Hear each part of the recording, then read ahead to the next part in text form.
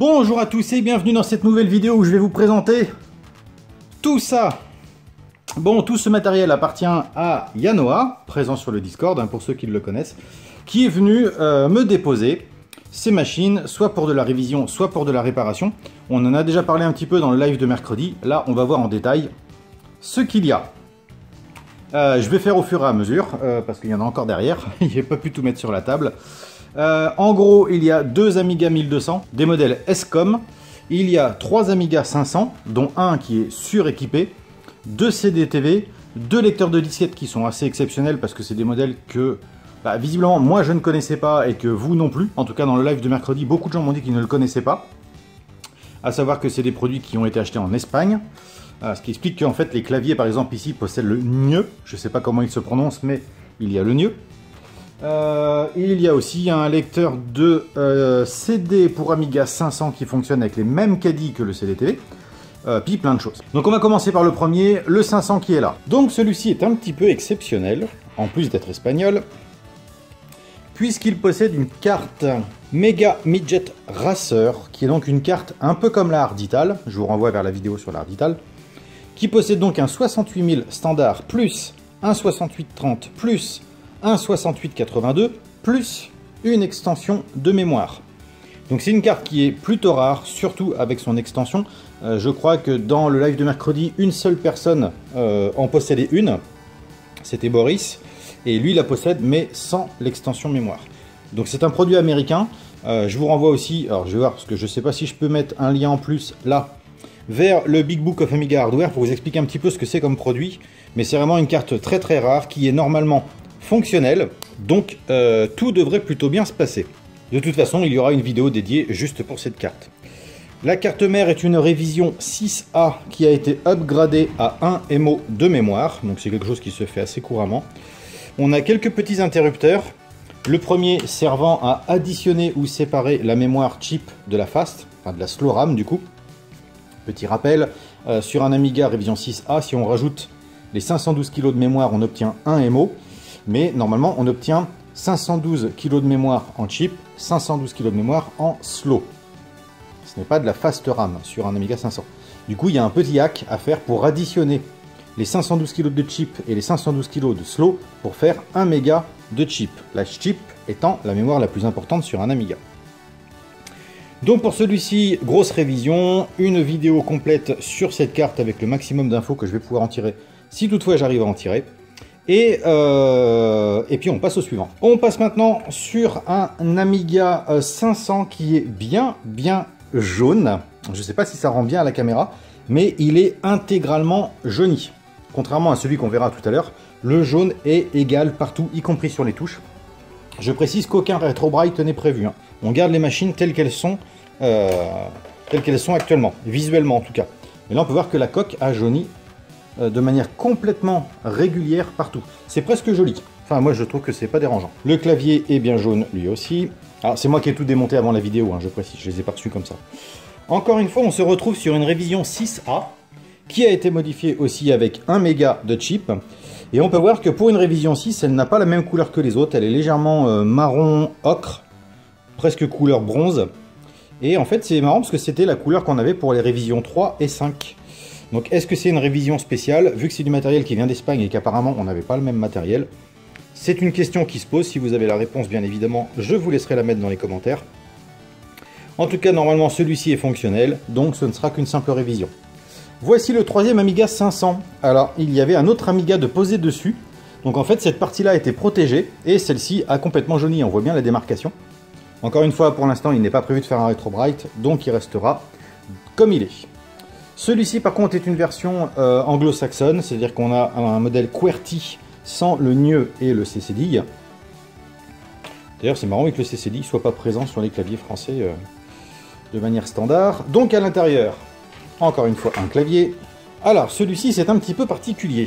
On va dire que celui-ci a été cannibalisé. On peut voir qu'il manque la ROM. Il y a eu une modification 1 MO de chip RAM, puisque c'est encore une fois une révision 6A. Mais les puces ont été retirées. Le pont de soudure a été remis comme à l'origine. Il manque le lecteur de disquette. Donc là, cette carte-là, je ne sais pas si elle fonctionne. Et puis je crois qu'Yanoa ne le sait pas non plus. Donc là, ça va être tout simplement le remettre en état, donc tout simplement lui remettre une ROM, lui remettre le hack tel qu'il avait à l'époque, et soit lui trouver un HXC, un Gotek ou un Goex. Bon, je sais que les Goex c'est foutu, que les Gotek ça va être compliqué, donc je pense qu'on passera par l'option HXC. Mais celui-ci pour l'instant, il faudra essayer de le faire redémarrer, et c'est pas encore gagné puisque je ne sais pas dans quel état il est. Ensuite, petite visite du facteur. Hop, ce qui va être l'occasion de vous montrer mon nouveau couteau. Je vous en parlerai en vidéo d'un de mes couteaux. Celui-ci est un Mora, c'est un couteau qui est extrêmement connu, que j'ai mis du temps à m'approprier, simplement parce qu'au début je ne me plaisait pas. Et j'ai eu l'occasion de l'utiliser en camping et en vacances dans des conditions un peu hardes. Et du coup, j'en suis super satisfait. Mais on y reviendra. Hop, hop, hop, hop. Oh. Donc j'espère que ça tiendra le plus longtemps possible. Mais c'est tout ce que j'ai pu obtenir chez mon fournisseur habituel jusqu'à février 2022. Donc voilà, les recapages. Bon, j'ai de quoi faire quelques machines encore. Hein. Mais la difficulté actuelle fait que il y a une raréfication, oui, du matériel électronique. Bref, rangeons ce magnifique Mora. Et revenons à nos moutons. Donc, ce 1200. Hop là. Qui est un modèle QWERTY, donc anglo-saxon.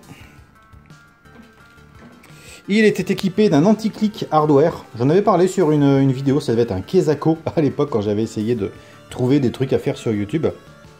Bon, c'est un anti-click hardware.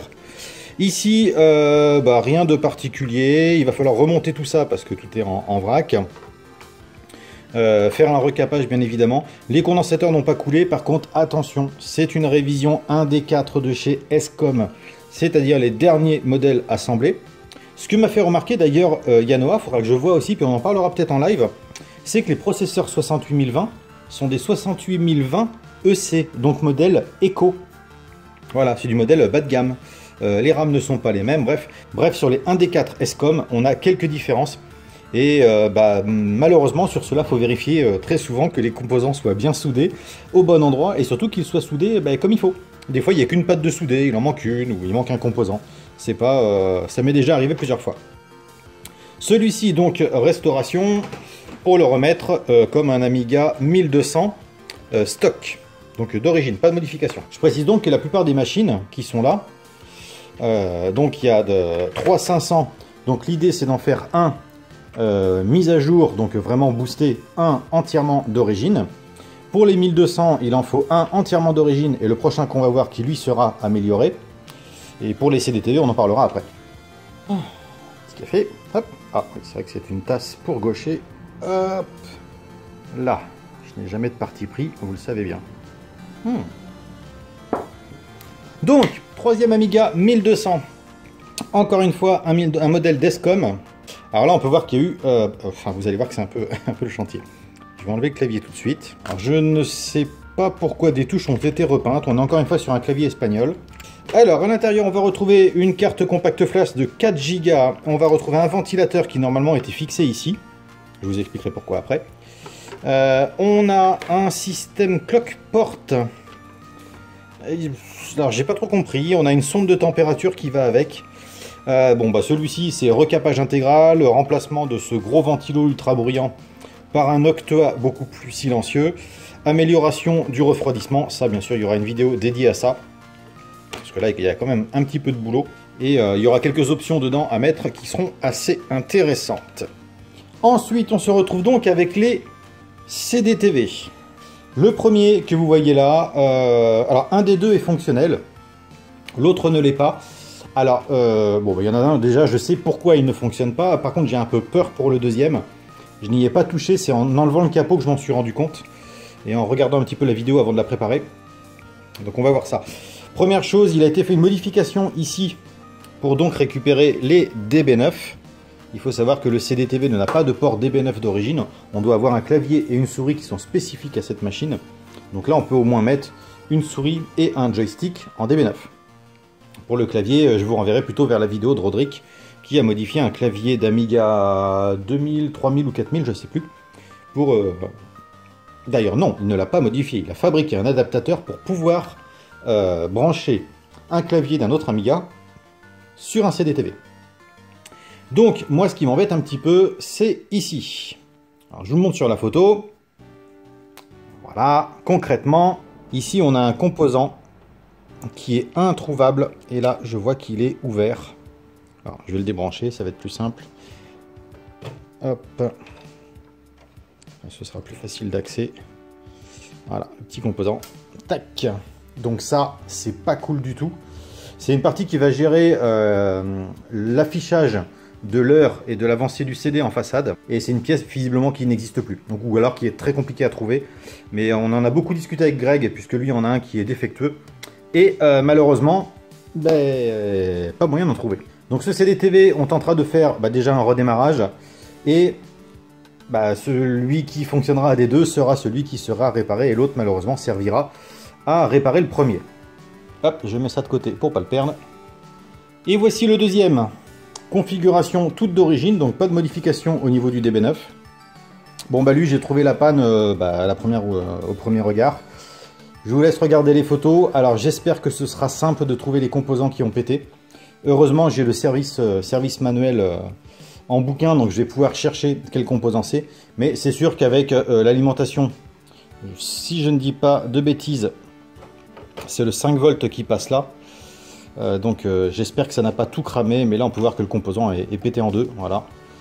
Donc ça c'est absolument pas cool, symbole de surtension. Donc il y a un contrôle de la carte mère, un contrôle des composants, un contrôle de la lime. Je ne sais pas ce que ça va donner, mais bon, de toute façon je ferai au mieux. Pour la suite nous avons ces disques externes, donc lecteur de disquettes externes. Comme je le disais, ça pour Yanoa c'était très courant en Espagne. Alors moi j'en avais jamais vu avant. Visiblement en France c'était pas très répandu non plus. Il n'y a pas d'étiquette, il y a juste un interrupteur derrière et puis un on-off. Je ne les ai pas testés, apparemment ils ne fonctionnent pas. Mais l'avantage c'est qu'on pourra le remplacer par un lecteur PC modifié puisque c'est la même façade. Et j'espère très franchement les remettre en route parce que je trouve ça très chouette. J'en ai un deuxième avec un autocollant Tristar qui lui a bien vécu, donc il faudrait le sabler avant de le repeindre. Lui par contre a des étiquettes. Donc Malaga Computer, pardon. Servicio Técnico de Ordenadores. Je ne sais pas du tout si mon accent est bon. Mais bref, on a au moins un petit peu de comment dire, de renseignements sur le produit. Donc Malaga Computer. Donc ça se trouve c'était vraiment un produit spécifique espagnol. Un peu comme on a pu le voir avec la Ardital qui est une carte typiquement italienne. Ensuite on va avoir un Alpha Power, donc Alpha Data, qui est un disque dur SCSI qui vient se brancher sur le port Zoro du 500. Donc il va avoir le même boulot que le Protar A500 ou le A590. On l'ouvrira, on fera une vidéo dessus bien évidemment. Je ne sais pas s'il marche, mais normalement on devrait avoir des résultats positifs. Ensuite un lecteur de CD. Voilà, lecteur de CD qui est donc marqué Amiga, qui se met aussi sur le port Zoro de l'Amiga 500 et qui fonctionne avec des caddies, comme pour le CD-TV. Encore une fois, c'est un produit qui normalement est non fonctionnel, donc on va essayer de le remettre en route. Ce serait cool parce que c'est assez chouette.